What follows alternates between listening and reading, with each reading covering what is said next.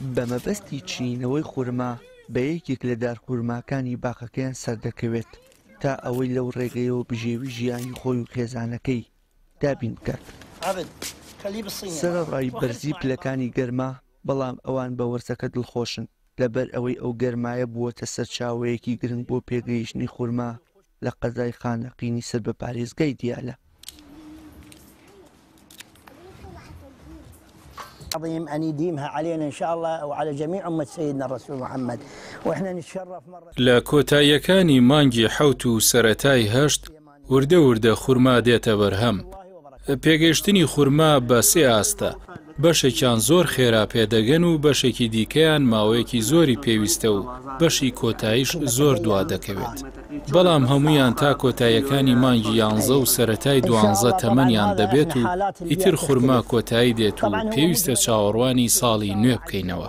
لە ڕووی نرخەکانیشەوە جیاوازە، لەبەر ئەوەی وەک دەگێڕنەوە خورما 1000 جۆری هەیە، بەڵام لە کیلۆی 1000 دینارەوە بۆ 6000 دینار دەست پێ دەکات.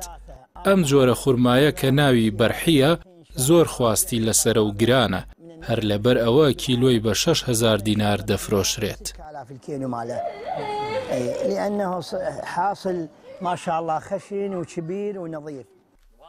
کڕینی هەردار خورمایەک بە بچووکی لە 20,000 دینارەوە تا 250,000 دینار دەست پێ دەکات. 15 ساڵ چاوەڕوانی پێویستە تا ئەوەی دارەکان بەرهەم بدەن و تەمەنی بەشێکیشیان زیاتر لە 100. بەرزی دارەکان لە 5 مەترەوە بۆ 25 مەتر دەست پێ دەکات و ساڵانە زیاتر لە 70 جۆر خورما لە خانەقینەوە دەخرێتە بازاڕەکانی هەرێمی کوردستان. نوعيات هواي برحي وخضراوي وخستاوي وبرمن وعبدلي. تەنیا لە حەوشەکەمدا 400 دارخورمام ڕواندووە، بەڵام ئاگادار بە هەمویان یەک جۆر دارخورما نین، بەڵکو جۆرا و جۆرن. بەنزیکەی 14 جۆر دارخورمام هەیە.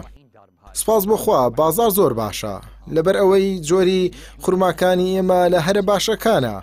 پێویست ناکات هاوردەی ناوەڕاست و خواری عێراقی بکەین، هەر لە خانەقین و کەلار ساخی دەکەینەوە. خستاوي مندلي وخضراوي مندلي وميرحاج وتبرزل وسكري عبدلي.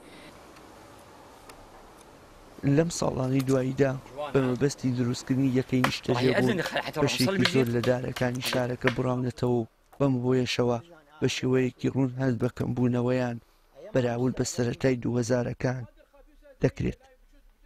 وشێر محەممەد، کەناڵی ئاسمانی پەیام، قەزای خانەقین.